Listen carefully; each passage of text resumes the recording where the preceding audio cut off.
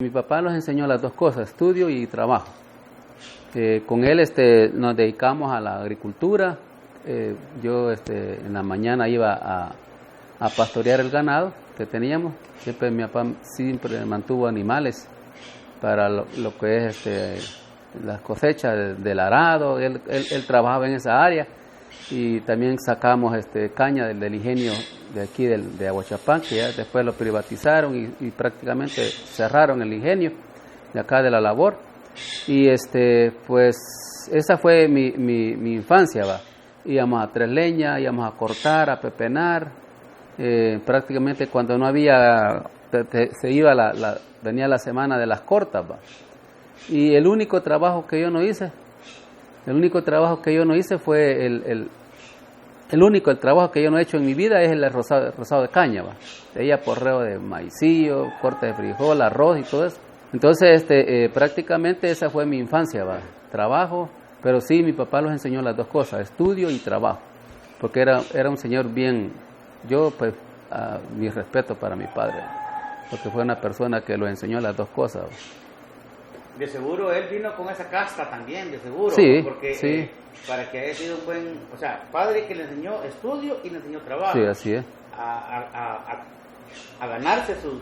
A ganarse el pan de cada día, porque eso sí lo enseñó las dos cosas. Bueno, que los dos señores, va, tanto mi madre como mi padre fueron personas que siempre nos enseñaron los buenos hábitos. Y mi tía Lidia Pérez era la que les daba de comida a los guardias. Ahí llegaban a comer. Entonces, por ahí llegó la información, va, que los guardias necesitaban un niño, una ordenanza, va. Entonces, pues yo llegué en el 82 a trabajar con ellos y ahí conocí al sargento Paca, que después se hizo oficial. Conocí al cabo Núñez Castro, que también se hizo oficial. Eran los comandantes de puestos, y el teniente Parada Sandoval, del Congo, por ahí creo que vivía él. Él era el jefe de línea en ese entonces. Entonces ahí yo conocí muchos guardias, estuve casi más de 3 años desempeñando las funciones de niño con ellos y siempre estudiando, porque siempre habían clases, comandantes de puesto que me decían, vos tenés que estudiar. Y pues, como decíamos, nosotros ya de 15, 12 años ya me había puesto meta, va, ser un capitán de la guardia. Fíjese, la meta que yo me había puesto, ser abogado y profesor. Los 3 objetivos que yo llevaba desde que estaba estudiando ya 4º, 5º grado. ¿Y esos objetivos los logró? Pues solamente logré el grado que tengo, el de subsargento de la guardia, y soy profesor. Yo no tuve ninguna experiencia mala con los guardias, o sea, prácticamente era levantarme a las 5:30, hacer limpieza toda la área de oficina y todo, barrer la parte de la calle y todo eso, y luego hacer los mandados, va. O sea, niño, anda a comprarme esto, y yo iba a comprarlo, pero ellos sabían que eso era el acto de la mañana, porque yo en la tarde sí me mandaban a la escuela, va. O sea, yo me daba al estudio. Ya en ese tiempo en aquel entonces, le estoy hablando del 82, me daban 100 colones. Y yo con eso pues me compraba mi uniforme, mis zapatos y mis útiles. O sea, ya no era una carga para mis padres, ¿va? O sea, yo todo eso lo utilizaba. Y todavía yo venía y decía a mi mamá, le daba la mitad a ella, ¿va?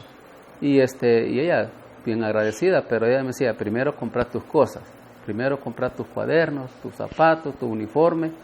Y pues yo estamos hablando, yo estaba en 5º grado, yo cuando comencé a trabajar en la guardia de niños, y pues ya prácticamente salí de tercer ciclo, ¿va? ¿Y esos $100 de dónde salían? Esa era la contribución de los guardias. Cada guardia aportaba, dependiendo si habían 12 eran 120, ¿va? Pero siempre los puestos en ese tiempo estaban de 10, 12 guardias, ¿va? Y el oficial, y el sargento. Pero posteriormente pues vino un teniente acá a Turín, teniente Villalobos, y me dijo, vos vas a ser mi niño. Entonces fui 1 año y medio de niño solo de él, ¿va? Pero sí, en ese tiempo, por parte de la Dirección General de la Guardia, le pagaban al niño del oficial.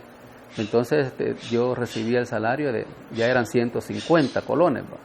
Entonces, prácticamente yo fui un año y medio de niño, y habíamos dos, estaba el niño de los guardias y el niño del oficial, ¿va? Porque a veces el oficial me llevaba para Huachapán, y ahí me tocaba yo venirme a estudiar hasta a Turín, porque directamente yo estudiaba en Turín. Pero siempre me respetaban el horario de estudio, no me decían, mira, vos no. Eso sí yo lo observé y lo viví en carne propia con ellos. No tengo un mal recuerdo de los guardias. A algunos que llegaban algo tomados, pero igual, ¿va? Eso no tiene que incomodarme a mí, ¿va? Porque cada quien pues era dueño de su vida, ¿va? Entonces yo no podía. ¿Le quedaba un poquito más lejos para venir a las clases, ¿no? Sí, ya estando en Huachapán ya sí me quedaba un poquito más alejado, pero sí, siempre me respetaron mi horario de estudio. Sí soñaba ser militar, pero sí me gustaba prácticamente la disciplina. Incluso yo estando de niño me aprendí algunos artículos de la cartilla para el servicio de la Guardia Nacional. Y había un oficial, el oficial Villalobos, sacaba a los guardias a trotar, y ahí me agregaba yo a trotar con ellos. Y aprendí también ahí, algunos guardias me enseñaron a redactar partes, a redactar informes. Mirá, si vos vas a ser guardia, algunos guardias me enseñaron a hacer el informe, cómo se hace se hacía un servicio de correría, un informe de correría, que mandaban al guardia hasta 12 horas a visitar al cantón más lejos del puesto. Y la misión era que el guardia tenía que conseguir el sello o la firma del hacendado o de la finca o el mandador y el sello, para constar que si el guardia había ido hasta la finca tal. Entonces ahí aprendí muchas cosas yo con los guardias en cuanto a la redacción de partes, informes, y pues tuve casi como 4 años con ellos. Y de ahí, estando ahí, pasó a ser guardia, ¿no? No, de ahí me salí, pues me llevó mi padre a cortar a una finca allá por Santa Tecla, por la cumbre le llaman ahí. Y ahí andaba cuando decidí hacerme el examen, me fui a hacerme el examen de admisión. Y pues los 4 exámenes que le hice. 18. Sí, ya andaba casi pateando a los 18. Pero fui a examinarme y prácticamente pues logré las 4 pruebas que le hacían ahí a uno, el físico, el intelectual, el teórico, el médico y el psicológico. Andábamos los 3 hermanos, mi hermana, mis 2 hermanas y yo, y mi padre, que fuimos a cortar, allá nos quedamos en una finca. ¿Pero usted usted iba con su gusto o...? No, exactamente mi padre, eso sí nos enseñó mi padre, que teníamos que ser obedientes, ¿va? Pero sí, andábamos cortando y prácticamente era una finca que sí se hacían las arrobas que uno quería, ¿va? Entonces, y al final al mes, pues, o a las quincenas, mi papá siempre nos compartía y nos compraba ropa, nos compraba zapatos y nos daba dinero. Pero yo ya llevaba la fecha que iba a hacer el examen, porque un cabo que estaba aquí en Turín, el Benito de Jesús Castro Hernández, era el comandante de puesto, era el cabo, y me dijo, mira, tal día va a haber un examen de admisión, si querés te vas a examinar. Y pues de ahí de Santa Tecla salí para el cuartel, vaya preparado con zapatos deportivos, ropa deportiva, y me fui a examinar. Y luego pues en la tarde nos avisaron que ya habíamos logrado el objetivo. Y de ahí pues ya quedé yo pendiente, y cabal, el día que yo me presenté al cuartel central, de acá iban 2 guardias para el curso de cabo. Iban 2 guardias para el curso de cabo, que yo los conocía también, y ahí logré irme yo con ellos. Ahí me llevó el cabo Benito de Jesús Castro Hernández, que llegó a ser sargentón de la guardia, y fue instructor también de la escuela. Y de ahí fue pues prácticamente me presenté, de ahí empezó la situación del alumnado, ¿va? Que eran 6 meses. Como usted había estudiado, no se le fue muy difícil. No, fíjese que prácticamente habían compañeros que tenían 6º grado, pero eran reservistas, ¿va? Los que eran reservistas en ese tiempo, pues andaban entre su quinto y sexto grado, pero como eran reservistas, habían sido soldados, habían sido chuques, comí la palabra. Eso es lo que le decía yo, porque muchos que donde yo estaba, ay, ya me voy a meter a la guardia, pero si no tenés de estudio. Pero sí, con todo lo que había sido reservista, pues ya podía optar. Ahora, el que no habíamos sido nada aparte era civil, ¿va? Porque yo decía, aunque yo había estado de niño, pero eso no me contaba como militar, ¿va? Sí. Entonces, como llevaba en mi 9º grado, entonces ahí sí, pues, pasé las pruebas que le hacían a uno, y pues eso me permitió que yo me desarrollara fácilmente en las clases, porque eran 24 materias que llevaba uno en la guardia. Siendo usted de Occidente, no necesariamente quiere decir que lo van a mandar para su pueblo. No. A mí me mandaron para San Vicente, para la 10ª compañía. Cuando fui de guardia, pero sí, el primer puesto que estuve fue en Juchitoto. Yo me acuerdo de un compañero, le decíamos Yulay, era hijo de un guardia. Él tenía un problema de voz, que no podía desarrollar mucho la voz. Sí, bien ronco, despacito. Pues esta vez me acuerdo que el oficial, Jairo Ernesto Guerra, era cadete, era el que comandaba todos los cadetes, ¿va? Y esa palabra, mi teniente, no la podía decir fuerte él, ¿va? Y así, Y eso en la instrucción de patio andábamos cuando a este compañero que le decíamos Yulay, era hijo de un guardia, y pues lo subieron a un árbol de mango que está ahí por un garitón, y desde arriba el palo de mango lo pusieron a decir que tenía que decir 500 veces, mi teniente. O sea, esas son las cosas que uno decía aquí en la vida militar, decía yo, va.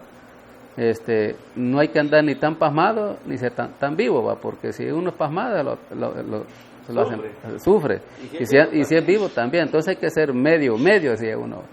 Entonces son cosas que yo pues tomé a bien, y que eran situaciones que yo tenía que ver en la vida militar, va, porque en la vida militar pues hay cosas que uno pues no o sea, teníamos que decir donde el jefe decía está bien, ordene y está bien, va. Sí. Porque uno no podía andar de renuente, va, porque eran cosas muy delicadas ahí. Entonces esa es una de las anécdotas. Una de las anécdotas de la instrucción de patio que yo me acuerdo. Y ahí las otras cosas, pues cuando los mandaban a cuidar el ferrocarril, el que se cuidaba por toda la troncal del norte, de alumnos. Y ahí nos mandaban a cuidar, ya después de 4 meses nos mandaban a cuidar el ferrocarril, ¿va? Ahí incluyendo, y pues íbamos siempre como 100 alumnos y guardias, ¿va? Iban oficiales. Pero eso era bonito, quizás, ¿no?